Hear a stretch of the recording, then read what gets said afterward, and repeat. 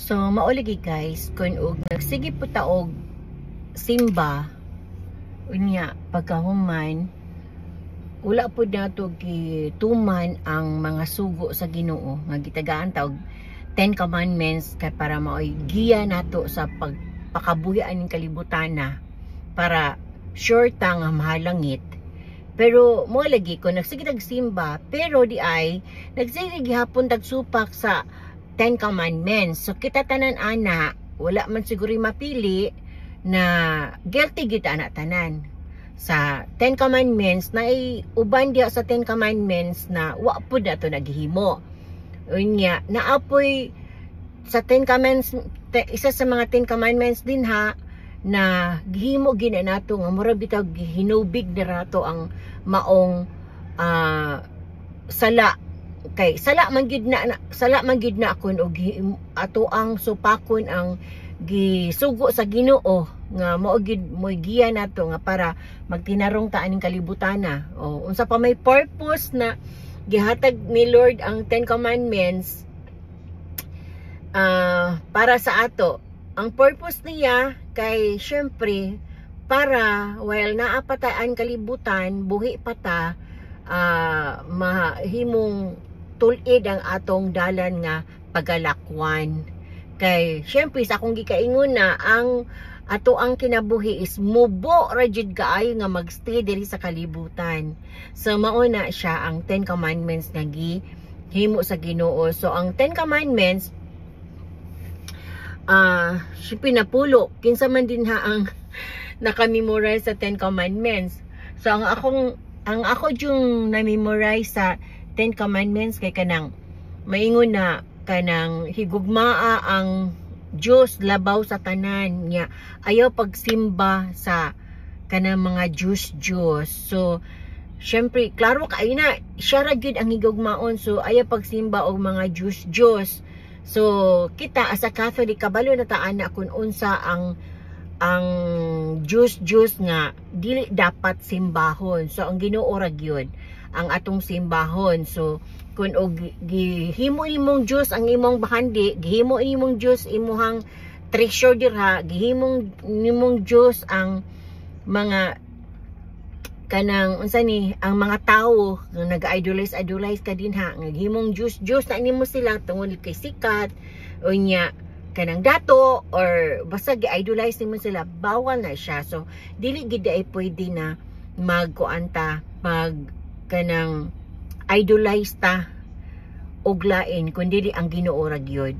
Nya ang ikaduwa ana ayaw gamita ang ngalan sa Ginoo nga kana bitang mag-curse ka nga maski promise nga mag-cross sa ato ang liog ana nga kana unsa ni gamiton ang pangalan sa Ginoo, promise good akong maski pagkuan ana.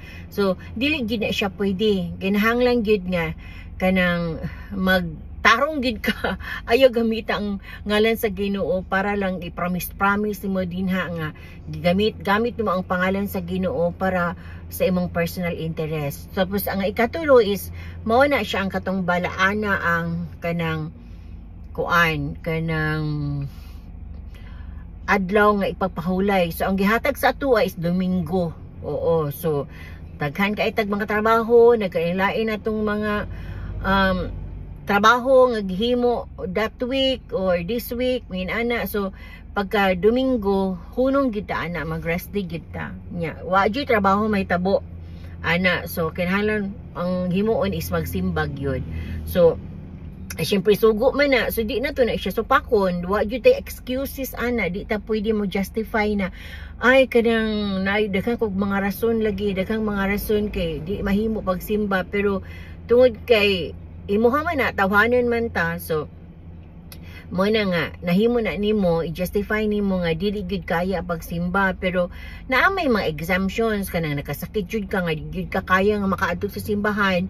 So kana kabalo na gid pud ang Ginoo ana na kuan kanang di gid mo mahimo. So naara na between you o ang Ginoo mo'y nagkuan ana sa syempre ang konsensya nimo pud ang kanang nakaibaluan na ang imuhara pong kaugalingon nakaibaluan na kung kay kuan ba kaya ba nimo o dili.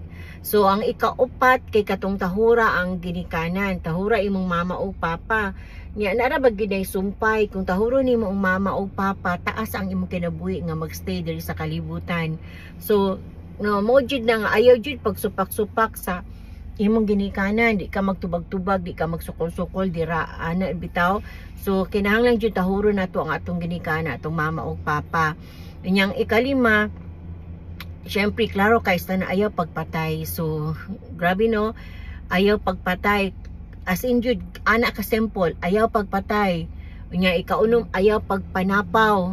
So syempre kanang nakakita naman nato karong mga panahon nga naay mga nang panghitabo na gyud nga inaana ang ginahimo, ayaw pagpanapaw. So mao na lang gid pud na guys ang ato ang hunaw-naon nga tagaan ta og kanang giya, tagaan ta giya nga kanang dili na to himuon. So naana konsensya gyapon na nimo. So kung imo ba nang hunungon ang imong gihimo, so ayaw pagpanapaw. Inya ang ikapito kay ayaw pagpangawat, o kani gid siya ayaw pagpangawat. So maski pag mingon ka nga gamay ra ka nga butang imong gikawat dira, gamay ra ka isanen nga unsa na sentabo ra na imong gikawat dira, pero kawat gihapon na. So magamay man o modako sala gihapon na. So naa gihapon na, nabilong gihapon na sa 10 commandments nga. Dili lang kwarta ang gipasabot ana. So tanang butang nga naa sa kalibutan nga dili imuha ayaw pagpanghilabot.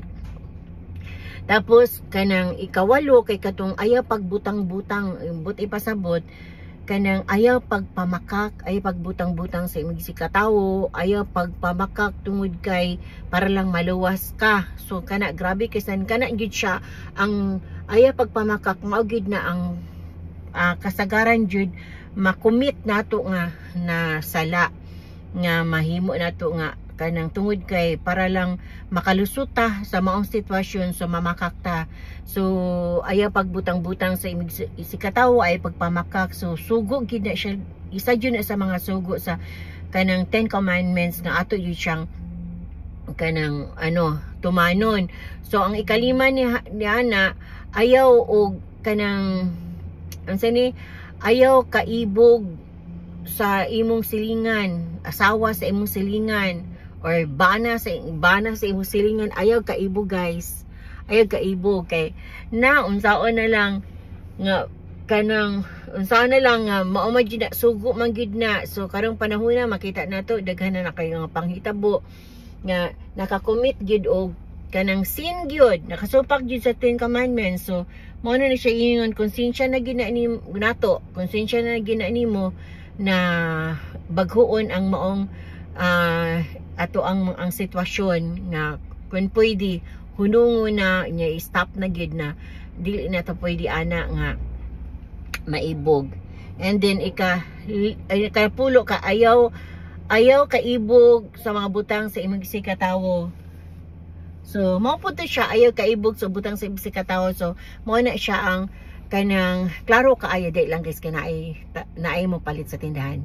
So ikanapulo kay ayaw kaibgi ang mga butang nga naa sa imong isikatawo. So ayaw og kasina dinha nga naa siya kanang nagkanang lain nga mga material na butang, or unsa ba na, basta any form of kanang imong gikasinahan ana, dili siya pwede gid guys.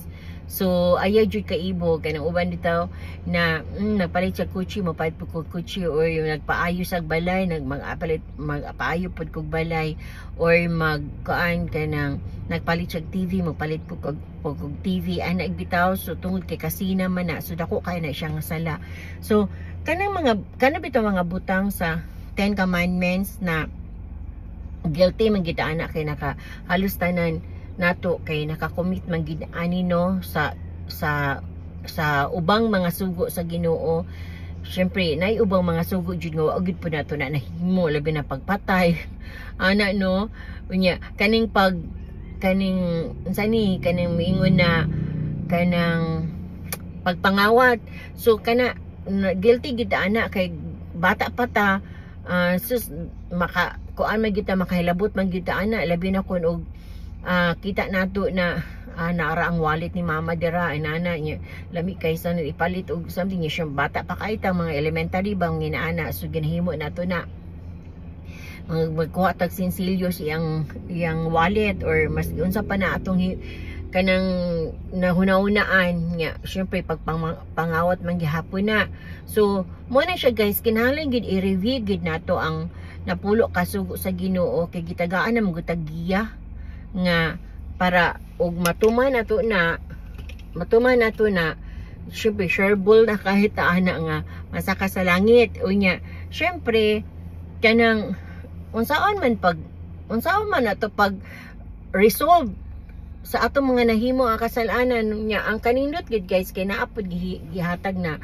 kanang sacraments. So ang isa sa mga sacraments na gihatag kay ang pagpakumpisal. So mao na siya ang mahimong resolution or kanang tawag ana ha kada ganing kanang mura bitaw siya og kanang mo'y imong himuon na mangumpisal ka kay para matagaan kag absolution sa pari. Unya siya ang pari, mao man na siya ang kanang nag-stand din ha kay mao man gitugyanan, mao na gidinahan, mao na gitugyanan sa Ginoo na siya ang mustan sa atua na diha ta mag-confess niya para sa Ginoo. So mo na siya nga i-confess ginato atong mga sala nga nahimo. So mo na nga nakanindot pud kay naay sacraments nga gihatag sa atua. So kana pong syempre ang mga sacraments kabalo mo pud tag unsa nang mga sacraments. So syempre kanang apil na dira ang kanang kinahanglan magkuanta, kinahanglan kanang di ta magpuyo-puyo, kinahanglan magpakasal o sacrament man na, kinahanglan mangumpisal, kinahanglan magsimba o magsimba niya, kinahanglan kanang basta daghan kaayog mga naay gihatag nga guide ang Ginoo sa atua ang napulo kasugo og ang mga sakramento niya kana kun ato na siyang mahimo kanang siguro makaingon ta nga na nagazubay gid ta sa kanang tarong na dalan diri sa kalibutan. So winters buhi pa ta guys makakommit gid kasalanan pero kun og atong ibutang nato sa atong isip sa atong kasing-kasing sa ato ang malagi sa atong hunahuna nga any form of sins committed na against sa Ginoo kinahanglan gid na ato ang i-acknowledge niya ang konsensya mo dictates nimo ana na nakasala ka so kinahanglan mag-confess gyud ana ri gid na guys nya mo to akong giingon nga kinahanglan gyud na kun inaana man good kun og naana ka nakamatngo na kag tanan inaana nga nasabtan na gyud nimo ang imong pagtuo mo na nga magsimba na gyud ka permi magsimba kag Domingo dili ka mo skip og mas sa Domingo nya kun naay chance mo simba ka og kada adlaw kung naay kay daghang nga panahon nga magsimba ka kada adlaw kay para ang absolution nga imong nahimo nato nga kasalanan nga nato sa kalibutan mapasaylo ta sa Ginoo. Okay? So kato lang guys ang ako ang detalye ang akong istorya sa maong kabuntagon ana. So kato lang and thank you for listening and thank you for following me, thank you for sharing my video, thank you for liking and especially thank you for giving stars sa inyong pagka-generosity din ha. Thank you kaayo sa inyo ha.